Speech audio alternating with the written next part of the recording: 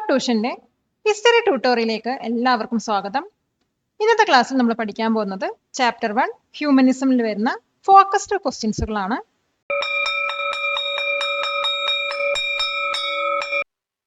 Question: explain Greco Roman civilization. Greco Roman സിവിലൈസേഷനെ കുറിച്ചിട്ട് explain ചെയ്യുക. ഏൻഷ്യന്റ് യൂറോപ്പിൽ എക്സിസ്റ്റ് ചെയ്തിരുന്ന രണ്ട് ഇമ്പോർട്ടൻറ്റ് സിവിലൈസേഷൻസ് ആണ് ഗ്രീക്കും റോമൻ സിവിലൈസേഷൻസും.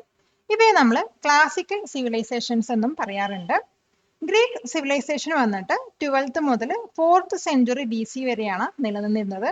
അതേസമയം റോമൻ സിവിലൈസേഷൻ വന്നിട്ട് 7th സെഞ്ചുറി BCE മുതൽ 5th സെഞ്ചുറി CE വരെയാണ് നിലനിന്നിരുന്നത്. അപ്പോൾ ഇതിന്റെ ഉത്തരം നമുക്ക് ഒന്നും കൂടി വിശദീകരിച്ച് എഴുതാൻ നോക്കാം. Answer: The two important civilizations that existed in the ancient Europe were Greek and Roman civilizations. They are known as classical civilizations. The Greek civilization was from 12th to 4th century BCE. The Roman civilization was from 7th century BCE to 5th century CE. Question: What are the characteristic features of the changes in Europe? യൂറോപ്പിലുണ്ടായ ചേഞ്ചസിന്റെ characteristics features എന്തൊക്കെയായിരുന്നു? അപ്പൊ യൂറോപ്പിലുണ്ടായ ചേഞ്ചസിന്റെ characteristic ഫീച്ചേഴ്സിൽ ചിലതാണ് urban ലൈഫിന്റെ growth, അതുപോലെ humanism, ട്രേഡിന്റെ progress, rationalism, അതുപോലെ monetary economy എന്നിവയൊക്കെയാണ്. ഇതുകൂടാതെ മറ്റു ക്യാരക്ടറിസ്റ്റിക് ഫീച്ചേഴ്സ് ഏതൊക്കെയാണെന്നും അതെങ്ങനെ എഴുതാൻ നോക്കാം. Answer: The characteristic features are humanistic perspective, that is humanism, growth of urban life, progress of trade, rise of nation states, individual liberty, rationalism, spread of secular values, monetary economy, importance gained by regional languages, changes in the realms of arts and science. Question: Explain Renaissance. റിനൈസൻസിനെ കുറിച്ചിട്ട് explain ചെയ്യുക. Renaissance എന്ന് പറയുന്നത് medieval ഫ്യൂഡലിസത്തിൽ നിന്നും modern ഏജിലോട്ടുള്ള transformation period ആണ്. റിനൈസൻസിന്റെ meaning പറയുന്നത് rebirth എന്നാണ്. അപ്പൊ ഇത് വന്നിട്ട് ഏൻഷ്യന്റ് ഗ്രീക്കോ റോമൻ കൾച്ചറിന്റെ, അതായത് 14th സെഞ്ചുറിയിൽ സ്റ്റാർട്ട് ചെയ്ത ഏൻഷ്യന്റ് ഗ്രീക്കോ റോമൻ കൾച്ചറിന്റെ ഇമ്പോർട്ടൻസ് ആണ് ഡിനോട്ട് ചെയ്യുന്നത്. അപ്പൊ ഇതിന്റെ ആൻസർ നമുക്ക് എങ്ങനെ എഴുതാൻ നോക്കാം. Answer: The Renaissance is considered as a period of transformation from the medieval feudalism to the modern age. The word Renaissance means rebirth. It denotes the revival of ancient Greco-Roman culture which began around the 14th century. Question: Identify the cities that existed in medieval Italy. Medieval ഇറ്റലിയിൽ exist ചെയ്തിരുന്ന സിറ്റീസിനെ identify ചെയ്യാം. Medieval ഇറ്റലിയിൽ exist ചെയ്തിരുന്ന ചില cities എന്ന് പറയുന്നത് Milan, Genoa, Pisa, Rome, Florence, Naples എന്നിവയൊക്കെയാണ്. അപ്പോൾ ഇതിന്റെ ആൻസർ എങ്ങനെ എഴുതാൻ നോക്കാം. Answer: cities that existed in medieval Italy are Rome, Florence, Venice, Milan, Genoa, Pisa, Naples. Question: what is book keeping? Book keeping പറഞ്ഞാൽ എന്താണ്? ഒരു എസ്റ്റാബ്ലിഷ്മെന്റ് ഇൻകം, അതുപോലെ എക്സ്പെൻഡിച്ചറും ഡെയിലി ബേസിസിൽ റെക്കോർഡ് ചെയ്ത് വെക്കുന്ന പ്രോസസ്സിനെയാണ് ബുക്ക് കീപ്പിംഗ് എന്ന് പറയുന്നത്. അപ്പൊ അക്കൗണ്ടിങ്ങിന്റെ ഫസ്റ്റ് സ്റ്റെപ്പ് എന്ന് പറയുന്നത് ബുക്ക് കീപ്പിംഗ് ആണ്. അപ്പൊ ഇതിന്റെ ആൻസർ നമുക്ക് എങ്ങനെ എഴുതാൻ നോക്കാം. Answer: detailed recording of the income and expenditure of an establishment on a daily basis is called bookkeeping. Bookkeeping is the first step in accounting. Question: What is crusades? Crusades പറഞ്ഞാൽ എന്താണ്? ഇസ്ലാമിൽ വിശ്വസിക്കുന്നവരും ക്രിസ്ത്യാനിറ്റിയിൽ വിശ്വസിക്കുന്നവരും തമ്മിലുണ്ടായ യുദ്ധത്തിനെയാണ് ക്രുസൈഡ്സ് എന്ന് പറയുന്നത്. ഈ യുദ്ധം എന്തിനുണ്ടായെന്ന് വെച്ചാൽ രണ്ടുപേരും ഹോളി ലാൻഡ് ആയിട്ട് കൺസിഡർ ചെയ്യുന്ന ജെറൂസലേത്തിന് വേണ്ടിയിട്ടായിരുന്നു. ഈ ക്രുസൈഡ്സ് നടന്നത് 11th സെഞ്ചുറി മുതൽ 13th സെഞ്ചുറി വരെയായിരുന്നു. അപ്പൊ ഇതിന്റെ ആൻസർ നമുക്ക് എങ്ങനെ എഴുതാൻ നോക്കാം. Answer: The wars fought between believers of Islam and Christianity over Jerusalem, which was considered a holy land by both, are known as the Crusades. The Crusades took place from the 11th to 13th century. It had a profound impact on the political, social, and economic lives in both Europe and Asia. Question: What is Black Death? Black Death പറഞ്ഞാൽ എന്താണ്? 1347 മുതൽ 1351 വരെ യൂറോപ്പിൽ ഉണ്ടായിട്ടുള്ള ഒരു epidemic ആയിരുന്നു black death. അപ്പൊ ഈ ഒരു ഡിസീസ് എഫക്ട് ചെയ്തവരുടെ ശരീരത്ത് ബ്ലാക്ക് ബോയിൽസ് ആണ് അപ്പിയർ ചെയ്തിരുന്നത്. അതുകൊണ്ടാണ് ഇതിനെ ബ്ലാക്ക് ഡെത്ത് എന്ന് വിളിച്ചിരുന്നത്. അപ്പൊ ഈ ഒരു ഡിസീസ് സ്പ്രെഡ് ചെയ്തത് റാറ്റ്സ് ക്യാരി ചെയ്യുന്ന ഫ്ലീസ് മുതലാണ്. അപ്പൊ ഈ റാറ്റ്സ് വന്നിട്ട് യൂറോപ്പ് പോർട്സിൽ എത്തിയത് മെർച്ചന്റ് ഷിപ്സ് വഴിയായിരുന്നു. അപ്പൊ ഇതിന്റെ ആൻസർ നമുക്ക് എങ്ങനെ വിശദീകരിച്ച് എഴുതാൻ നോക്കാം. Answer: The Black Death is the epidemic that ravaged Europe between 1347 and 1351. Black boils appeared on those who were affected by the diseases. That is why the disease known as Black Death. This epidemic spread through the fleas carried by rats that reached European ports via merchant ships. ഈ video ഉപകാരപ്പെട്ടുവെങ്കിൽ like ചെയ്യൂ, share ചെയ്യൂ. Question: What factors contributed to the growth of civic sense and self-respect among the people in Italian cities? Italian സിറ്റീസിലുള്ള ജനങ്ങളുടെ ഇടയിൽ civic സെൻസും അതുപോലെ തന്നെ self റെസ്പെക്റ്റും ഗ്രോ ചെയ്യാൻ കോൺട്രിബ്യൂട്ട് ചെയ്ത ഫാക്ടേഴ്സ് എന്തൊക്കെയാണ്? അപ്പോൾ ഇറ്റാലിയൻ സിറ്റീസിലെ ജനങ്ങളുടെ ഇടയിൽ സിവിക് സെൻസും അതുപോലെ സെൽഫ് റെസ്പെക്റ്റും ഗ്രോ ചെയ്യാനുള്ള ഫാക്ടേഴ്സിൽ ചിലതാണ്. ഇറ്റാലിയൻ സിറ്റീസ് റിച്ച് ആയതോടുകൂടെ അവിടുത്തെ ജനങ്ങൾ വളരെ പ്രൗഡ് ആവുകയും അതുപോലെ റെസ്പോൺസിബിലിറ്റി ഏറ്റെടുക്കുകയും ചെയ്തു. അതേസമയം ഈ ഒരു ജനങ്ങൾ വന്നിട്ട് ലോയും അതുപോലെ ഗവൺമെന്റ് റിലേറ്റഡ് ആയിട്ടുള്ള ഓൾഡ് റോമൻ ഐഡിയാസിലൊക്കെ അവർക്ക് ഇൻട്രസ്റ്റ് വരാൻ തുടങ്ങി. കൂടുതൽ എഡ്യൂക്കേറ്റഡ് ആയിട്ടുള്ള ആളുകൾ വന്നിട്ട് ബിസിനസ് സ്റ്റാർട്ട് ചെയ്യുകയും അതുപോലെ തന്നെ പഴയ ബുക്സും ലാംഗ്വേജസിലൊക്കെ നിന്ന് കൂടുതൽ അറിവ് നേടാൻ തുടങ്ങി. റിച്ച് ആയിട്ടുള്ള പീപ്പിൾസ് വന്നിട്ട് ചർച്ച് ബിൽഡ് ചെയ്യാനും അതുപോലെ ആർട്ട് സപ്പോർട്ട് ചെയ്യാനൊക്കെ അവര് ഡൊണേഷനൊക്കെ കൊടുത്തിരുന്നു. അപ്പൊ ഇതിന്റെ ആൻസർ നമുക്ക് എങ്ങനെ എഴുതാൻ നോക്കാം. Answer: Italian cities became rich, free and united, which made people proud and responsible. People got interested in old Roman ideas about law and government. Educated people started doing businesses and learning more about old books and languages. Cities wanted to be famous for art and learning, so rulers and church leaders supported it. Rich people gave money to build churches and support art. Question: What is the differences between the paintings from the Middle Ages and the Renaissance period? Renaissance പീരീഡിലുള്ള പെയിന്റിങ്സും അതുപോലെ തന്നെ middle ഏജസിലുള്ള പെയിന്റിങ്സും തമ്മിലുള്ള ഡിഫറൻസുകൾ എന്തൊക്കെയായിരുന്നു? Middle age paintings വന്നിട്ട് സ്പിരിച്വൽ തീംസ് ആയിരുന്നു കൂടുതലും എംഫസൈസ് ചെയ്തിരുന്നത്. അതേസമയം റിനൈസൻസ് പെയിന്റിങ്സിനകത്ത് ഒരു ഹ്യൂമന്റെ ബ്യൂട്ടിയും അതിന്റെ ഒറിജിനാലിറ്റിയും അതുപോലെ തന്നെ കളേഴ്സിന്റെ നാച്ചുറലിസ്റ്റിക് യൂസിനെയൊക്കെ ആയിരുന്നു ഫോക്കസ് ചെയ്തിട്ടുണ്ടായിരുന്നു. അപ്പൊ ഇതിന്റെ ആൻസർ എങ്ങനെ എഴുതാൻ നോക്കാം. Answer: Middle age paintings tend to emphasize spiritual themes such as angels and heavenly realms. Renaissance paintings focus on the beauty of the human form, originality, and a naturalistic use of colors. Question: How did Renaissance artists express human emotions and ideas in their paintings? Renaissance artist വന്നിട്ട് അവരുടെ പെയിന്റിങ്സിൽ എങ്ങനെയാണ് human ഇമോഷൻസും ഐഡിയാസും express ചെയ്തിരുന്നത്? ഇപ്പൊ renaissance artist വന്നിട്ട് അവരുടെ പെയിന്റിങ്സിൽ human ഐഡിയാസും ഇമോഷൻസും വന്നിട്ട് ഹ്യൂമൻസിന്റെ realistic ഫോമും അതുപോലെ തന്നെ അവരുടെ ഫീലിങ്സും ഫോക്കസ് ചെയ്തുകൊണ്ടായിരുന്നു. ഇപ്പൊ ലിയോനാർഡോ ഡാ വിൻസിയുടെ 2 പെയിന്റിങ്സ് എടുത്ത് നോക്കിക്കഴിഞ്ഞാൽ, അതായത് ഒന്ന് ലാസ്റ്റ് സപ്പറും ഒന്ന് മൊണാലിസയും. ഇപ്പൊ ലാസ്റ്റ് സപ്പറിൽ വന്നിട്ട് അദ്ദേഹം ഓരോരുത്തരുടെയും ഡീപ്പ് ഇമോഷൻസും അതായത് സർപ്രൈസ്, ഫിയർ, ഗിൽറ്റ് ഒക്കെയാണ് ഷോ ചെയ്തിരിക്കുന്നത്. അതേസമയം മൊണാലിസ പെയിന്റിൽ വന്നിട്ട് ഒരു മിസ്റ്റീരിയസ് എക്സ്പ്രഷൻ ആണ് അദ്ദേഹം കൊടുത്തിരുന്നത്. പിന്നെ മിഷേൽ ഏഞ്ചലോ പറഞ്ഞ ഒരു പെയിന്ററിന്റെ പെയിന്റിങ്സ് എടുത്ത് നോക്കുകയാണെങ്കിൽ അദ്ദേഹത്തിന്റെ സിസ്റ്റൈൻ ചാപ്പലും അതുപോലെ ലാസ്റ്റ് ജഡ്ജ്മെന്റിലും വന്നിട്ട് അദ്ദേഹം ഗ്രേസ്ഫുൾ ആയിട്ടുള്ള ഹ്യൂമൻ ബോഡീസും അതുപോലെ സ്ട്രോങ് ആയിട്ടുള്ള ഇമോഷൻസ് ഒക്കെയാണ് അതിനകത്ത് കൊടുത്തിരിക്കുന്നത്. പിന്നെ വരുന്ന 2 ആർട്ടിസ്റ്റുകൾ വന്നത് റാഫേലും ടൈഷിയാണോ.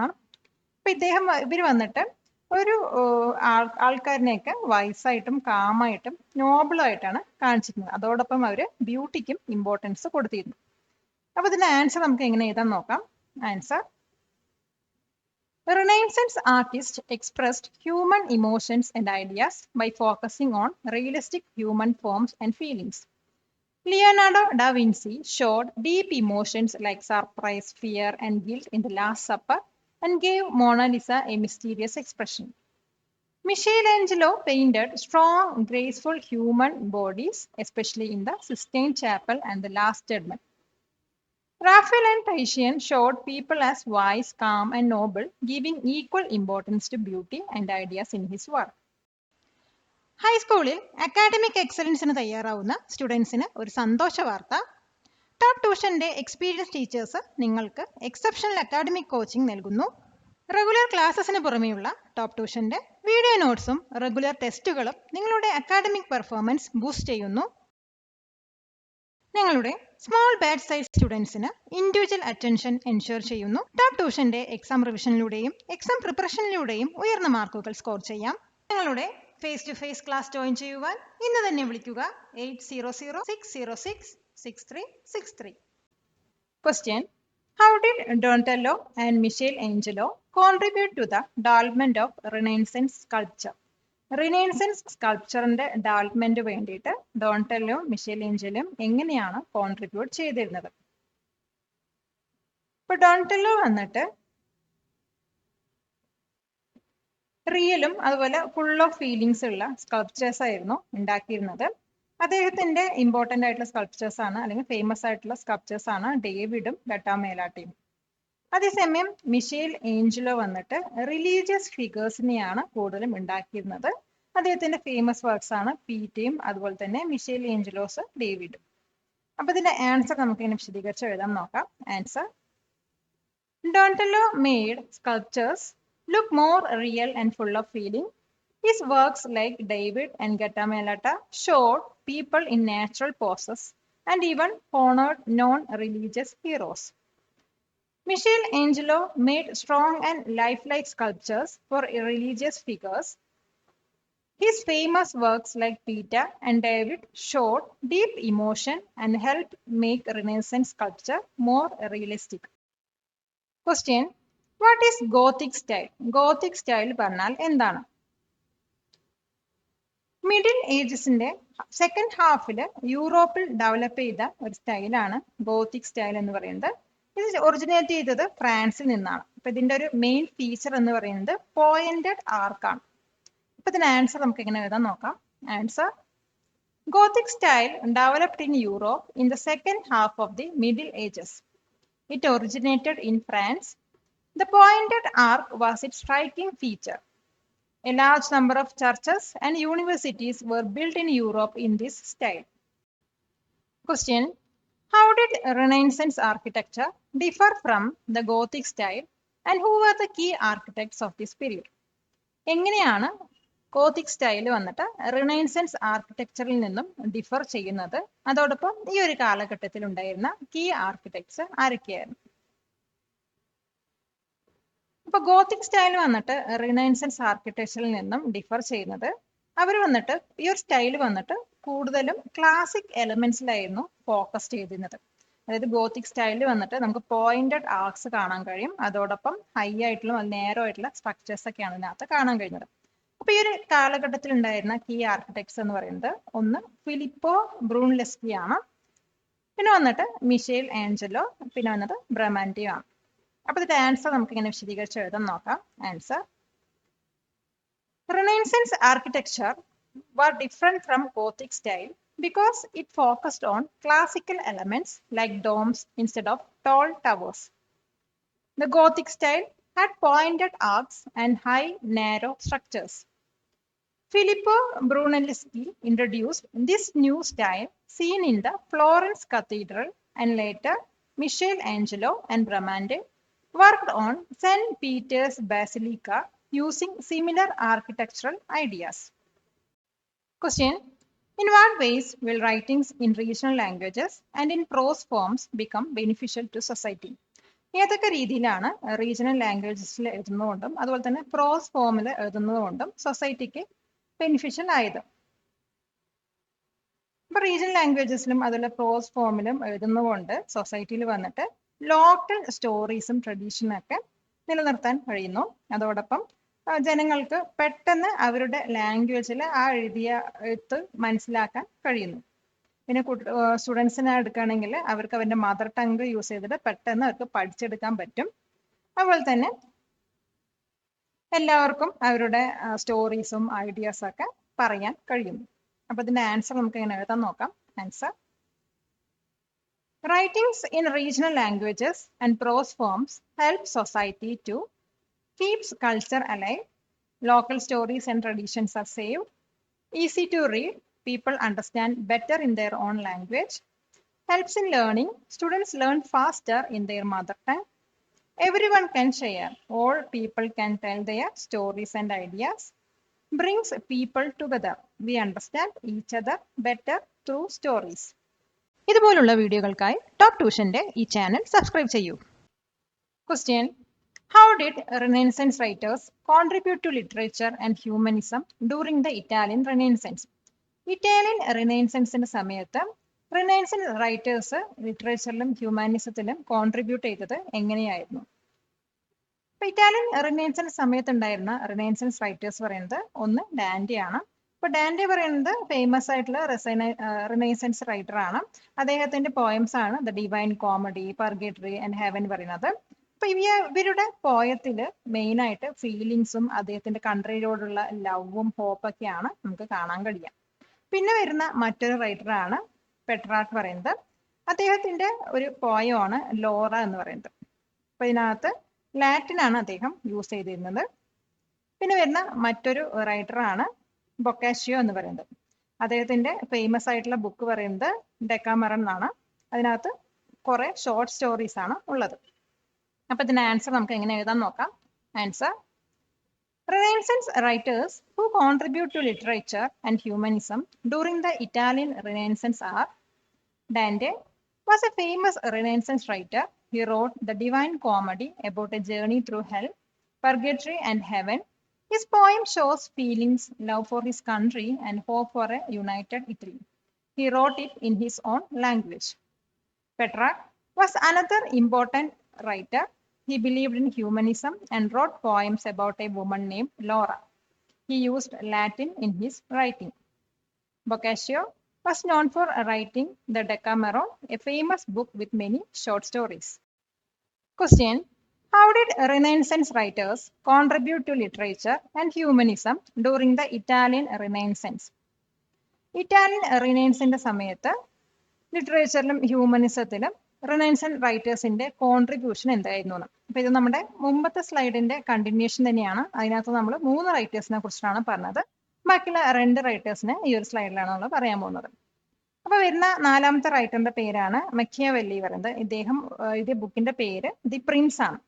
ഇതിനകത്ത് ഇദ്ദേഹം എന്താ പറഞ്ഞിരിക്കുന്നത് വെച്ചാല് റൂളേഴ്സ് വന്നിട്ട് അവരുടെ പവർ കീപ്പ് ചെയ്യണം, അതോടൊപ്പം സ്റ്റേറ്റ് പ്രൊട്ടക്റ്റും ചെയ്യാനാണ് കൂടുതൽ ഫോക്കസ് ചെയ്യേണ്ടത് എന്നാണ്. പിന്നെ വരുന്ന റൈറ്റർ വന്നിട്ട് കസാൻഡ്ര ഫെഡ്ലി ആണ്. ഇവർ വന്നിട്ടൊരു വുമൺ റൈറ്റർ ആണ്. അപ്പൊ ഇവരുടെ ബുക്സിലും പോയംസിലൊക്കെ എന്താ പറയുന്നത് വെച്ചാല് വുമൻസിന് ഹയർ എഡ്യൂക്കേഷൻ അത്യാവശ്യമാണ് എന്നാണ്. അപ്പൊ ഇതിന്റെ ആൻസർ നമുക്ക് ഒന്നും കൂടി എങ്ങനെ വിശദീകരിച്ച് എഴുതാൻ നോക്കാം. Answer: Machiavelli wrote The Prince, a book about politics. He said rulers should focus on keeping their power and protecting the state. He believed people are most selfish. He also said rulers should not show favor to anyone. Cassandra Fedele was a well-known women writer. She spoke and wrote about the need for women to get higher education. Her work was shared and printed by many publishers.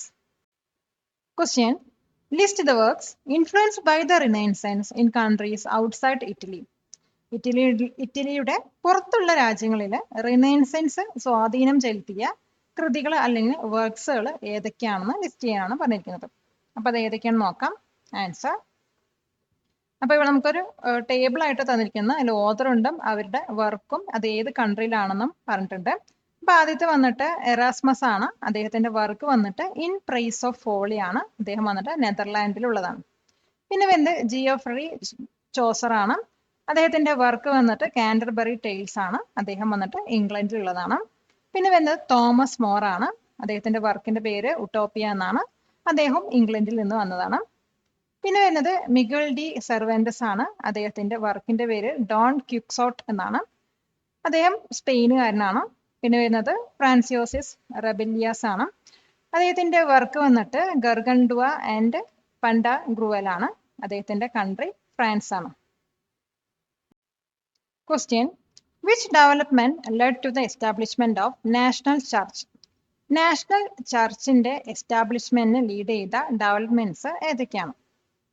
ഇപ്പൊ national ചർച്ചിന്റെ എസ്റ്റാബ്ലിഷ്മെന്റിന് 3 development ആണ് lead ചെയ്തത്. അത് ഏതൊക്കെയാന്ന് നോക്കാം. അതിൽ ആദ്യത്തെ വന്നിട്ട് ജർമ്മനിയിൽ ഒറിജിനേറ്റ് ചെയ്ത റീഫോർമേഷൻ ആണ്. പിന്നെ വന്നിട്ട് സ്വിറ്റ്സർലാൻഡിൽ ഹൾഡ്രിച്ച് വിംഗ്ലിയും അതുപോലെ ജോൺ കാൽവിന്റെ ലീഡർഷിപ്പിൽ ഉണ്ടായിട്ടുള്ള റിഫോർമേഷൻ മൂവ്മെന്റ് ആണ്. മൂന്നാമത് വന്നിട്ട് ഇംഗ്ലണ്ടിൽ കിങ് ഹെൻറി 8 ലീഡ് ചെയ്ത റീഫോർമേഷൻ ആണ്. അപ്പൊ ഈ 3 ഡെവലപ്മെന്റ് ആണ് നാഷണൽ ചർച്ചിന്റെ എസ്റ്റാബ്ലിഷ്മെന്റ് തുടങ്ങിയത്. അപ്പോൾ ഇത് ആൻസർ എങ്ങനെ വിശദീകരിച്ച് എഴുതാൻ നോക്കാം. Answer: The Reformation that originated in Germany soon spread to other European kingdoms. Huldrych Zwingli and John Calvin in Switzerland assumed leadership in the Reformation movement. In England, King Henry VIII led the Reformation and the Anglican Church emerged there with the monarch serving as its head. This development led to the establishment of the national church. Question: What are chronicles and what was the role of court historians in writing them? Chronicles പറഞ്ഞാൽ എന്താണ്? Court historians ഇത് എഴുതുന്നതിൽ അവരുടെ role എന്താണ്? മൊണാർക്സ് വന്നിട്ട് അവരുടെ കിങ്ഡത്തിൽ നടക്കുന്ന events ഒക്കെ റെക്കോർഡ് ചെയ്യാൻ വേണ്ടിയിട്ടാണ് കോർട്ട് ഹിസ്റ്റോറിയൻസിനെ അപ്പോയിന്റ് ചെയ്തത്. അപ്പൊ ഇവരെന്താ ചെയ്തു വെച്ചാൽ അവിടെ നടക്കുന്ന എല്ലാ ഇവന്റ്സും ഡോക്യുമെന്റ് ചെയ്ത് വെക്കുകയാണ് ചെയ്തത്. ഇപ്പൊ മോഡേൺ ഹിസ്റ്റോറിയൻസ് വന്നിട്ട് ഈ എഴുതി വെച്ച ഡോക്യുമെന്റ്സിനെയാണ് ക്രോണിക്കൽസ് എന്ന പേര് കൊടുത്തത്. കാരണം അത് കണ്ടിന്യൂസും അതുപോലെ ക്രോണോളജിക്കൽ ഇവന്റ്സിന്റെ ഡീറ്റെയിൽസ് ആണ് പ്രൊവൈഡ് ചെയ്യുന്നത്. അപ്പൊ ഇതിന് ആൻസർ നമുക്ക് ഇങ്ങനെ എഴുതാൻ നോക്കാം. Answer: Monarchs traditionally appointed court historians to record the events of their kingdoms. These historians documented the events during the reigns of their patrons. Modern historians have labeled these days. Palakkad നിവാസികളെ ഞങ്ങളുടെ class room ട്യൂഷനിലേക്ക് സ്വാഗതം ചെയ്യുന്നു. മറ്റൊരു വീഡിയോയുമായി വീണ്ടും കാണാം.